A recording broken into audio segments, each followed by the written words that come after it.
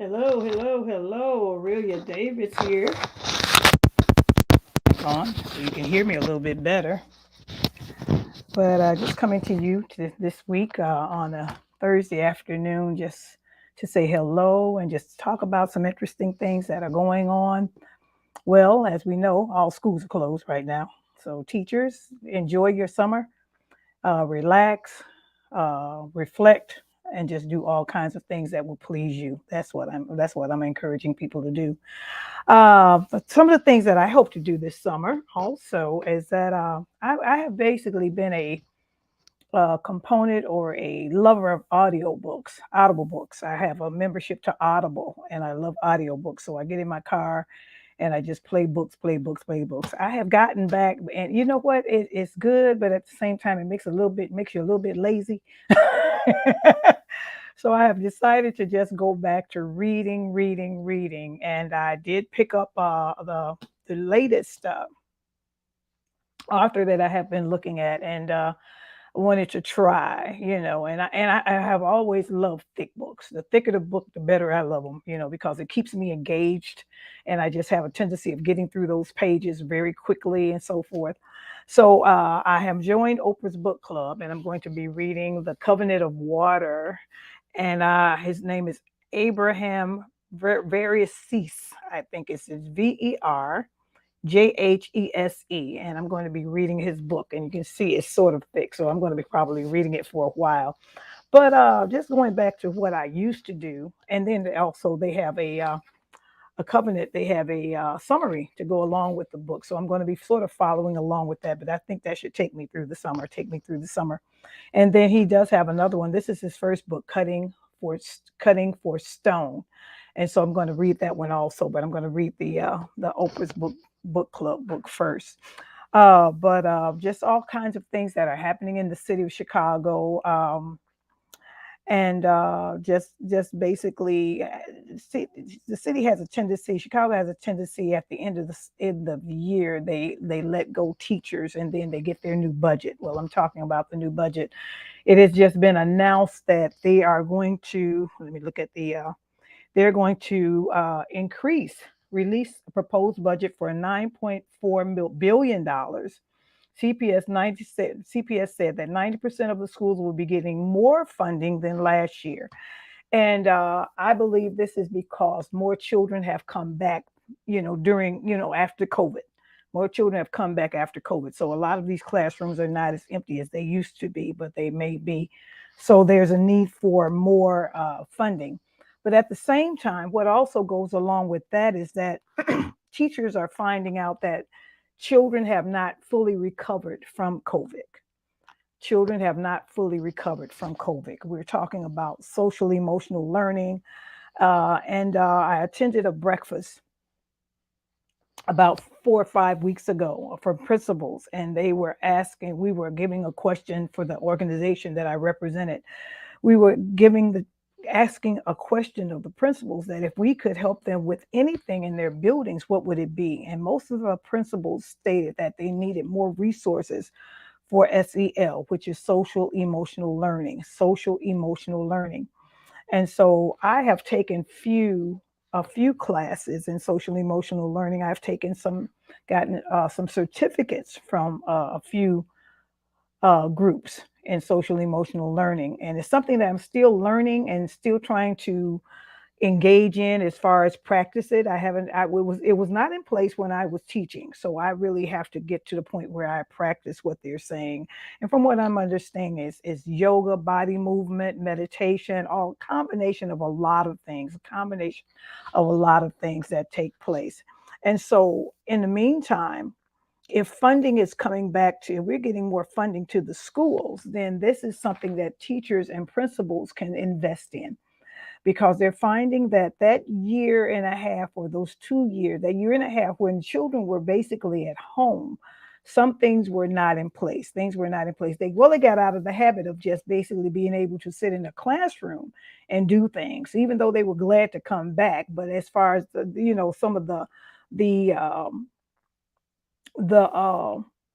the actual things that they do when they are in the classroom on a day-to-day basis. They had just sort of gotten away from the routine. Let's just call it what it is. They gotten away from the routine. So teachers are finding it hard to get the students back into the routine of learning. That's a good way to put it. Get back into the routine of learning. So what also ends up happening is that as an educator, we can just even tell the difference of children going from Monday through Friday and then taking the weekend, 2 days off, and then coming back on Monday. I have found that I had to basically almost start all over again on that Monday after the children have been home, for 2 days. And we're just not going to take it for granted. Whatever routine we have in the classroom is not necessarily the routine that child has at home. And so teachers have been finding it very difficult to get children back into the routine of learning and back into the habit of learning and being engaged in a classroom. And so they can basically say that that year and a half when the children were at home, basically they lost a lot of the actual scheduling of what they do in a classroom, and it has been very hard getting them back into that particular routine. So this extra funding, and they're even talking as much as like $1,000 per student, which is very, very good, very, very good. Excuse me. And this particular funding that can be used to take our children to the next level. In other words, to help the teachers get them back into the learning mode, if I'll just call it the learning mode, getting them back to the point where they're starting to get into a habit of being engaged in a lesson, so on and so forth. Now, what I will say is this: that child that you had before the pandemic is different than the child that you had after the pandemic, because that pandemic sort of turned the page on a whole new lifestyle as to how children learn and how children receive information and how children engage in information and so on and so forth. So you basically have to meet the child where they are. And even though you may have like about 24 students in your classroom, you're going to have to learn how to meet 24 different students with 24 different behaviors going on at the same time. So that's something that I would basically encourage you to do. But teachers, if you had that money, if you were given those funds per dollar, $1,000 per child in your classroom, what would you do? What would you order? I have found out that every year, even though I may have to fill about 32 seats in my classroom, I have 32 different individuals. And those 32 children that I have in September are not the same 32 children I released in June. So they may have different needs, they may have different desires, and I may have to just turn the whole program over to teach them differently than I taught children in the past. So with the additional fundings, you as an educator should be able to go to your administrator, say, well, if I have those funds, what funds do I have available and what could I do? Do I how much of a discretion do I have to spend the funds that way I need in order for me to meet the needs of my children for this year? Meet the needs for my children for this year. They also mentioned that there was going to be additional funds and more funding for children with special needs or children in special education or diverse learners and so forth. So this will be very, very helpful also, because we know those children are basically taught one-on-one. And so if a child has an IEP, then of course by law, that teacher, that special ed teacher, or the classroom teacher has to meet the needs of that child's IEP. And so you may have to go beyond and out of the box to find some materials that would probably tap into that particular child's needs, which is nothing wrong with that. We are basically, from what I've been reading with the journals and different things coming out post pandemic, that we have a whole different educational system in place now. We have a whole different educational system in place. These individuals that are sitting in front of us now are not the typical child that have not been through something. We have all been through the pandemic, and this pandemic has basically taken our children to a different level. And sometimes it's positive and sometimes but mostly it's negative. Mostly it's negative. Last week I was talking about the biting issue, and I want to go back and just thank a lot of individuals that tapped into that particular live that I did about the biting.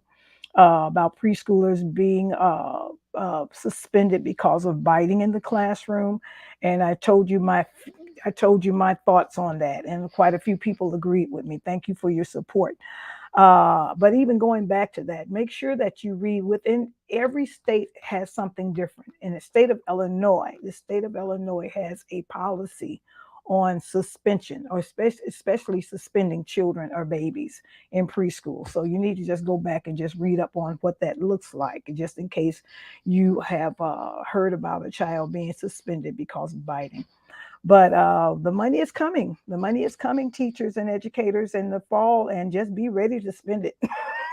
I wish I wish it was given to me. I made so many materials and things like that, but there's so much more out there now to support teachers in all areas, in math and reading and science and social studies. And of course, if you do not have anything in place right now, do it. Get some materials for STEM or STEAM. Get some materials for STEM or STEAM, science, technology, engineering, and math. And of course, don't forget the arts, because it's on the rise and it's not going to go away. The STEM program is not going to go away. More organizations are starting to tap into the STEM program, and it's a promise that basically takes children from preschool and start guiding them in the areas of careers where they may have not even thought about careers before. They're thinking about careers now as early as preschoolers, to be an artist, to be a scientist, to be a mathematician. These things are starting to happen because we want our children to be career minded, and they're smart enough to be career minded, which is a good thing. They're smart enough. So you, as an educator or as a parent, go pick up some materials that are related to STEM or STEAM. Okay. And if you have preschoolers, of course, you can go over to my website, aureliadavis.com. Look at some of the offerings that I still have in place, even for the summertime. The preschool STEM cards are still available, and right now you can even do it. You can even do a virtual download instead of having the actual cards in your hands. You can do a digital download. I'm sorry, virtual digital download of the STEM card, preschool cards, and just take a look at them. I'm sure that you can possibly just do all kinds of lessons, and especially coming into the summertime, the summer break is so good for teachers to start, or parents to start getting their children involved in STEM. Okay, math and science experiments, all kinds of things. It's all kinds of materials all out there already. So all you have to do is just get the materials and then just work with your child with the materials. Well, this is Aurelia Davis coming to you this week. I will see you again next week. And just teachers, just relax and enjoy the weather. If you're in Chicago, we've had some beautiful weather. Enjoy the weather, but just enjoy your life. You are a phenomenal person. Teaching the children in Chicago, just teaching over throughout the United States. And I thank you for a job well done. This is Aurelia Davis. Or go to my website, aureliadavis.com, and just see what I have to offer. Take care and have a great evening. Bye bye.